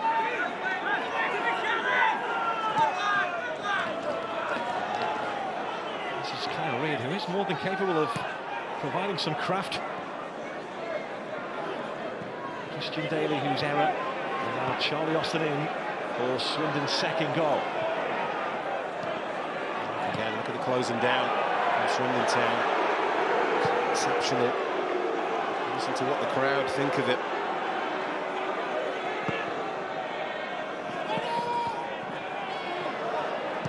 If they do hold on to this, Swindon, they'll only be 6 points behind Charlton in Empower League One.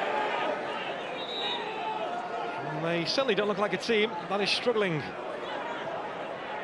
It's been a remarkable performance, isn't it, from the team with the third worst away record in this division. You just would never guess that in a million years.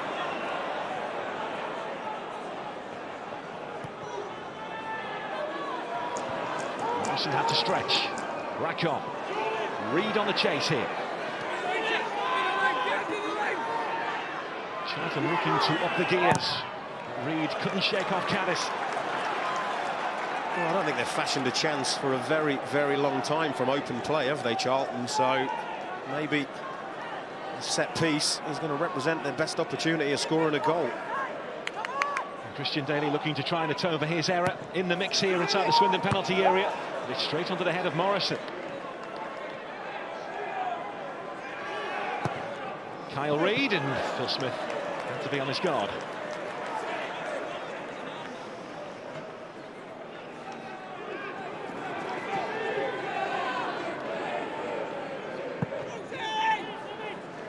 Big week for Charlton. They go across the river, head north this coming Sunday to take on Tottenham in the FA Cup. It's league business for Swindon as they go to Oldham. We mentioned earlier on that Danny Wilson was looking forward to back-to-back away games. That may just jolt Swindon into life. If they take this form to Boundary Park, maybe more, they're capable of getting something against Charlton Athletic. So back to the Barclays Premier League. Fulham against West Bromwich Albion, live tomorrow from the Cottage, 7:30 on HD2. And look at this for Wednesday. Arsenal against Manchester City. Also HD2 from 7 o'clock. And in Sky 3D, Arsenal against Manchester City. Want to whet the appetite on the Barclays Premier League on Wednesday. Charlton, club he used to be in the Premier League, of course, making a change here, and John Fortune is off. His game is over, and on comes Akpo Sodje.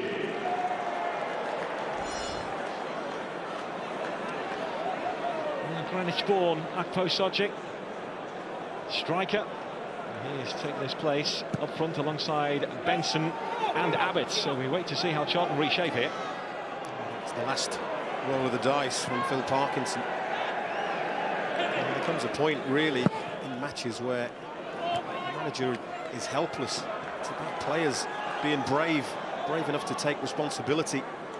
They need somebody to step up to the plate here, Charlton, or else they're going away from home with a defeat. 5 waiting in the middle, 6 including Kyle Reid, and he couldn't reach it because Paul Caddis got to it. Space here for David Prutton. This could be 2 against 2. As Jackson tries to retreat, Charlie Austin waiting on the far side of the Charlton penalty area. John Paul McGovern. Trying to float it towards Austin. Michael Rose just took his eye off the ball.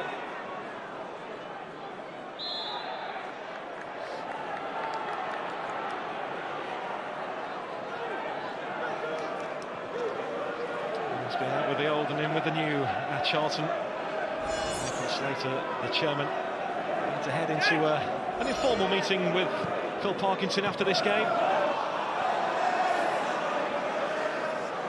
Charlton, as he stands on the end of a defeat, unless they can turn this around. Remember, they had the lead in this match thanks to Johnny Jackson. Also, Matt Ritchie and Charlie Austin have turned it in Swindon's favour.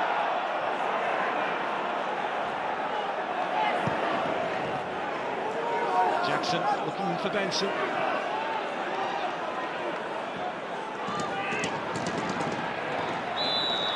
Foul by Wagstaff on Ritchie, and more frustration at the Valley. It may warrant a bit of frustration there. That was a very soft decision. Assistant referee very close to that, didn't see anything wrong with it, but Andy Woolmer decided it was a foul. Nothing going for Charlton at the moment.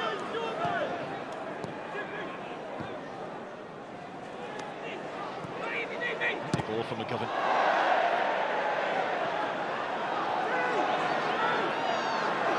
Racco.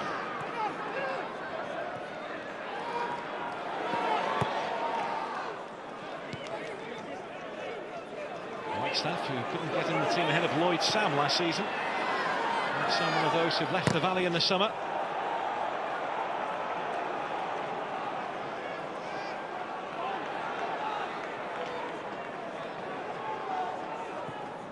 Approaching the final 15 minutes, and again it's sloppy from the home side.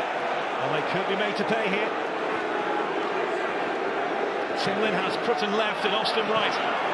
He looks at Charlie Austin, who has gone too soon. The goal won't count. Charlton are still in this game, just. And he thinks he's onside, but it did look as if he went just that little bit too soon again. Lives on the shoulder of the last defenders. He's trying to hold his run, but as that ball is played, well, he's got a point. I think he's got a point. I think he's level at worst. That should have been a goal for me.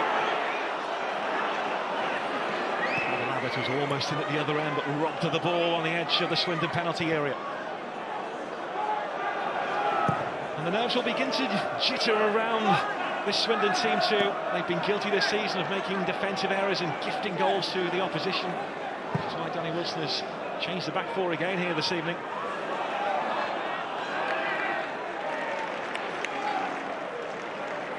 But on the whole, when questions have been asked, Swindon have had the answers at the back. Oh, absolutely. I think Charlton are making it very easy for them. You know, like I keep saying, two big central defenders. What is the point in just lumping long, high balls in their general direction? You need more about you than that to break defenders down.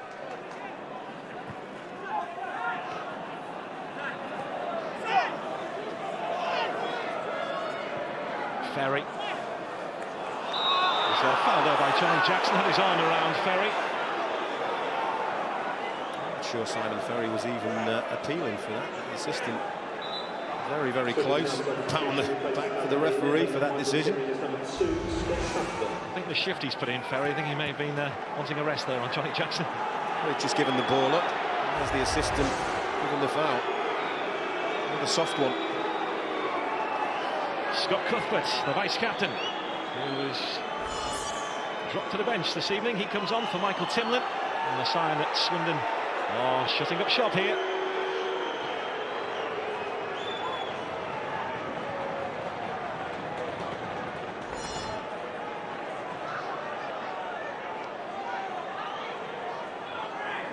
John Paul McGovern on set-piece duty. Morrison reaches it. That is a wonderful header. And that may just have sealed the game for Swindon Town, who once again have knocked Charlton Athletic clean off their feet at the Valley. Well, doesn't he just love the Sky Sports cameras? Sean Morrison, it's a towering leap. And you always fancied him. He got the run on the defenders at the far post. Great ball in, absolutely brilliant. Great area, but it's a prodigious leap from the big centre-half. He's won everything in the air all day at both ends. And that is a terrific effort. A really good, strong header, perfectly directed. And Danny Wilson, well, he must feel relieved. Got the cushion that their players deserved.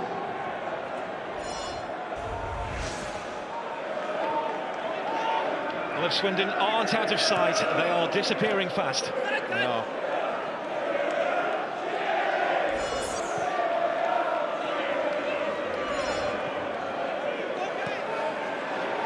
Charlton needs something special here. Wagstaff trying to provide it. Francis with the cross, and there's Morrison on his defensive station. Kyle Reid fires to Swindon fans.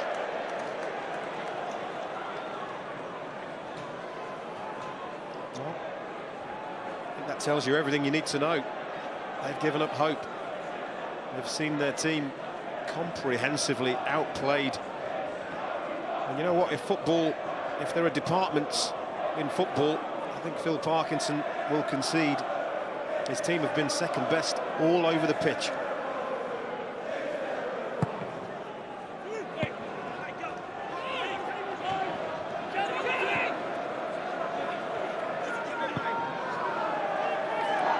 this won't be a fatal blow to Charlton's promotion hopes.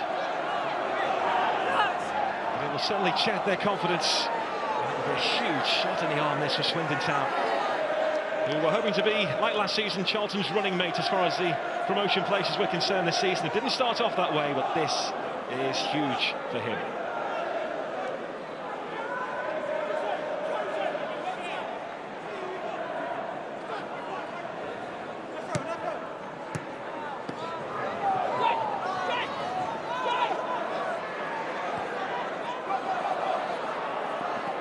Swindon hungry for more here. Well, they've been given a corner. I don't think Simon Francis can believe he hasn't been given a free kick for that, but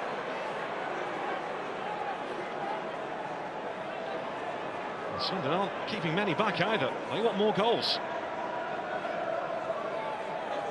5 waiting inside the Charlton penalty area. Dropped to Andy Frampton, who wasn't expecting it.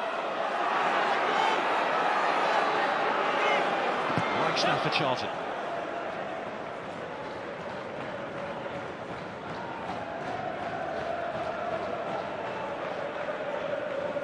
Just a couple of hundred or so Swindon fans you could hear making the noise inside the valley. They were celebrating here back in May when they clinched a place in the playoff final after beating Charlton on penalties, and they're celebrating once more. Could get better for them here. Caddis wins a corner. everybody connected with Swindon. Players, manager, certainly supporters, really enjoying themselves here tonight. The team have put on a real exhibition and have shown what they are capable of. And if they can reproduce this kind of football, you should see them rise up League One extremely quickly. That's it though, if. In from Caddis, it's another one! And guess who? It's Charlie Austin. Charlton Athletic are being taken apart on their own pitch. Well, taken apart once before by Brighton here. I'd be ever so surprised if Brighton played any better than Swindon Town have. Brighton sitting pretty at the top. And once again, more supporters head for the exits. Charlie Austin celebrates. Charlton simply switch off. Where is the marking? First of all from the corner, and then when this ball's helped in, look, Charlie Austin just heads straight in a straight line for the goal, and the ball arrives on his head without anybody in a red shirt anywhere near him. He's never going to miss from there. To say 4-1. Charlton are almost in at the other end. Abbott couldn't quite reach the ball. Well, I was just about to say 4-1, probably a fair reflection, but for once that long, high, hopeful ball nearly pays dividends. But you need an awful lot of luck when you're doing that. You need a lot of luck. Crestfallen. He'll be devastated, Phil Parkinson. He'll be devastated that his team haven't turned up in front of the nation, live on TV. You know, they haven't got themselves to third place in League One by playing this poorly. No question that all them players out there are much, much better than they've shown tonight. The only positive he can possibly take is that last time they conceded 4 here was against Brighton, as Don mentioned a few moments ago, and they went on a terrific run after that. And they won't be looking forward to the meeting with the new owners, which formally is happening tomorrow, but they have backed Phil Parkinson. He's done a fantastic job here, but it's a bad day at the office as far as Charlton are concerned. And credit Swindon for that. They've been terrific here. Outstanding. It's only the second time that Charlie Austin has scored 2 goals in 1 game. Wow. It won't be the last, trust me.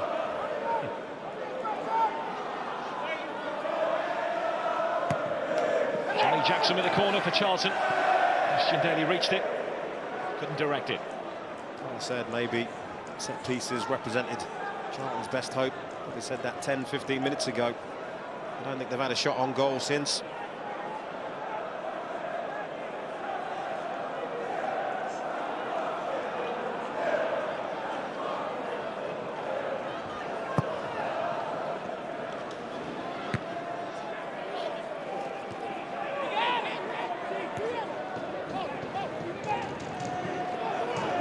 see why this is a Swindon team that don't struggle to score goals. It's generally been at the other end.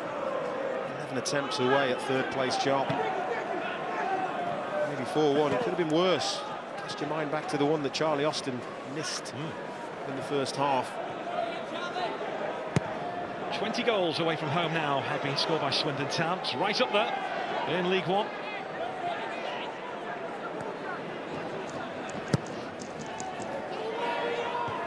What do we have Charlie Austin's price tag at now? Well, you said 2 million. Like I said, at that time, before he scored the second, it snatched somebody's hand off. It's a bargain for me.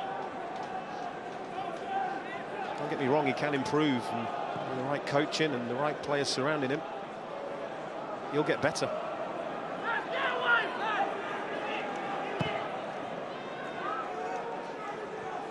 Off the head of Morrison. There's Sojay.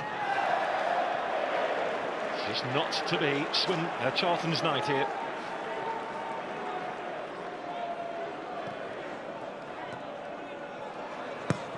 Wagstaff. This time it's Frampton in the way.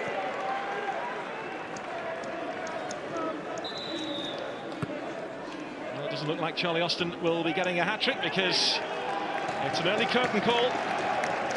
Swindon's few-goal hero here this evening, adored by those that follow Swindon, pursued by clubs in the Championship and the Premier League. And on comes the Togolese international Thomas DeSavy.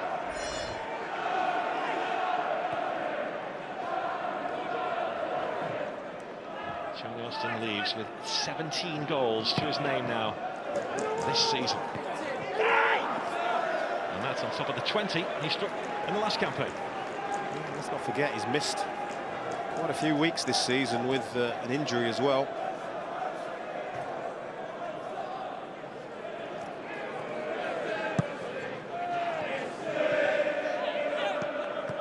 You have to say all the standout performances here tonight have come from those playing in white shirts. There have been some absolutely tremendous efforts right across the board. In terms of the defenders, the midfielders have been creative, and the forward players have always been a menace, always.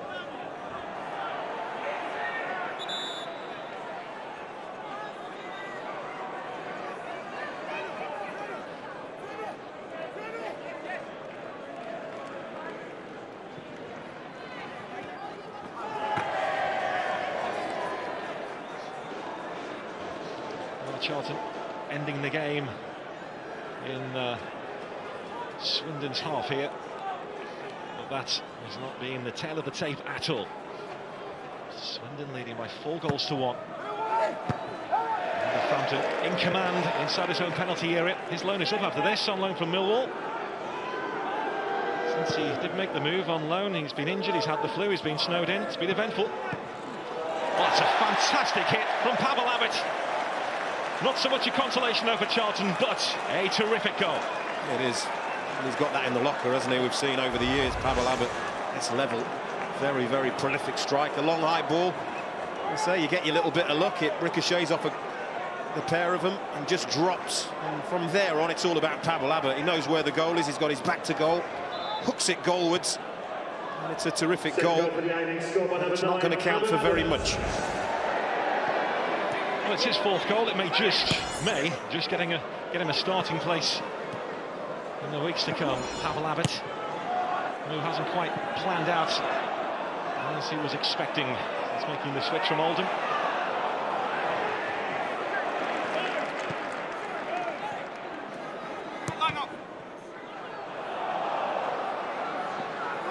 Matt Ritchie.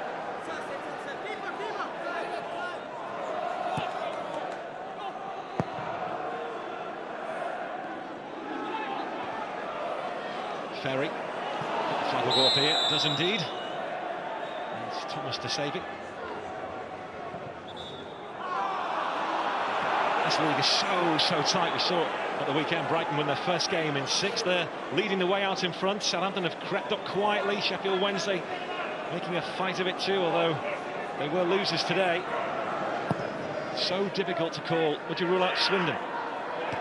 Well, not after what I've seen tonight. It's just a question of them finding that consistency. I think they've set standards here tonight that they have to aspire to week in, week out. They've shown the way to play football. They've got the ball down and passed it. They haven't panicked defensively. They've played the ball out. It's been an outstanding performance.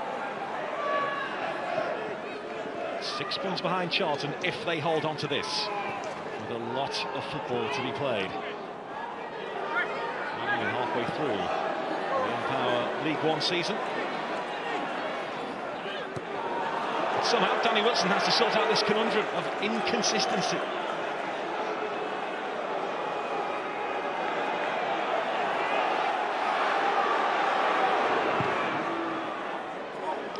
On by Elliott, looking for Abbott.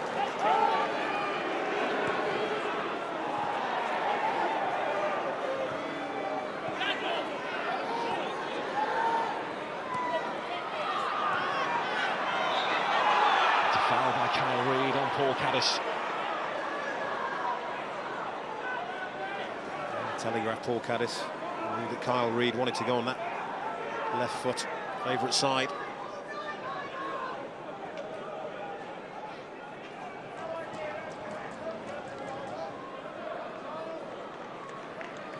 Take a break, Johnny. That's work done for the night. Says the ongoing speculation, which we've added to tonight, doesn't distract him. In fact, it gives him a boost. Well, you would think so. 4 additional minutes. Charlton need 2 goals here.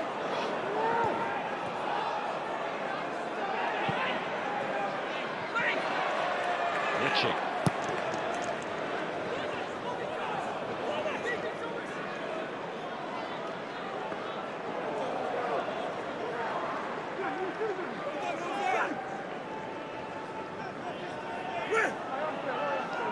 After this in League One, Charlton have to go to Sheffield Wednesday and Southampton. In between that is a home game against Plymouth.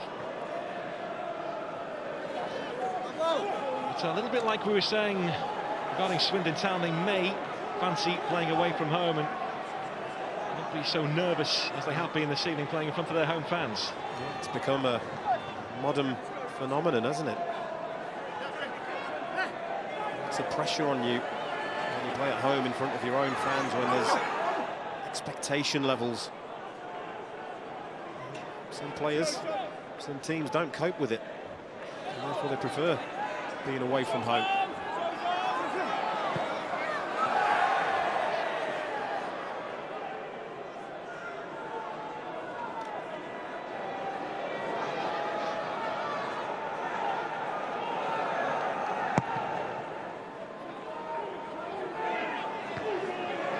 Morrison has hardly put a foot wrong all night. Has put his goal as well here this evening.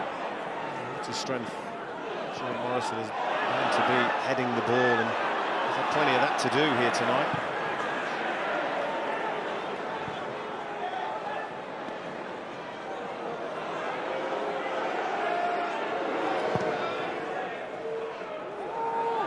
Elliott seeking out Benson.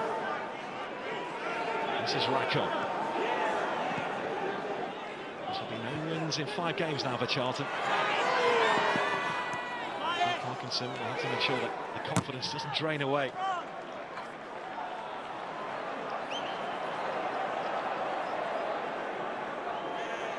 A big game coming up next. Sheffield Wednesday away. Got to pick his players up. Tough test.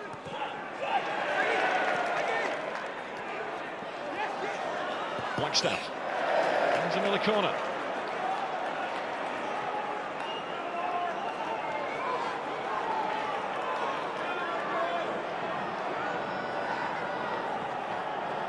Only Semedo remains back for Charlton. It's cut with the Rose. It's going to play for a throw in this time for Charlton. And the game appears to be up, entering the final 60 seconds of additional time. Kyle Reid.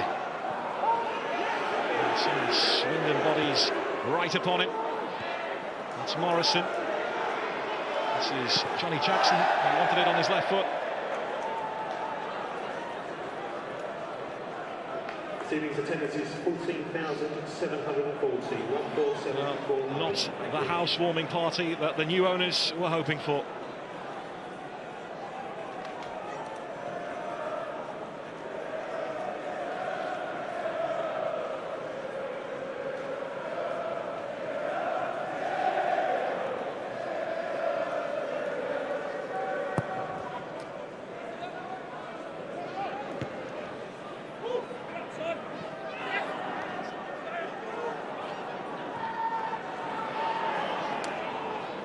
Has been a tireless worker for Swindon in this game. That's the form which has kept them at the heart of Swindon's midfield.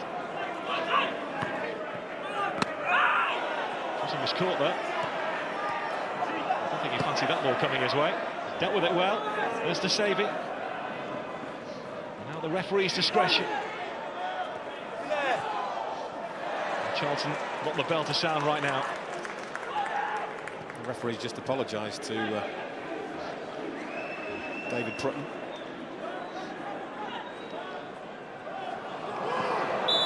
Side to saving, well that's it. Swindon irresistible, Charlton stunned. Charlton had the lead in this game thanks to Johnny Jackson, but Charlie Austin, as ever, on target for Swindon, who've beaten Charlton by 4 goals to 2. They go 17th, Charlton remain 5th. Up next, the World Darts Final. More sport, news, views and video on Sky Mobile TV, Sky Player and at skysports.com.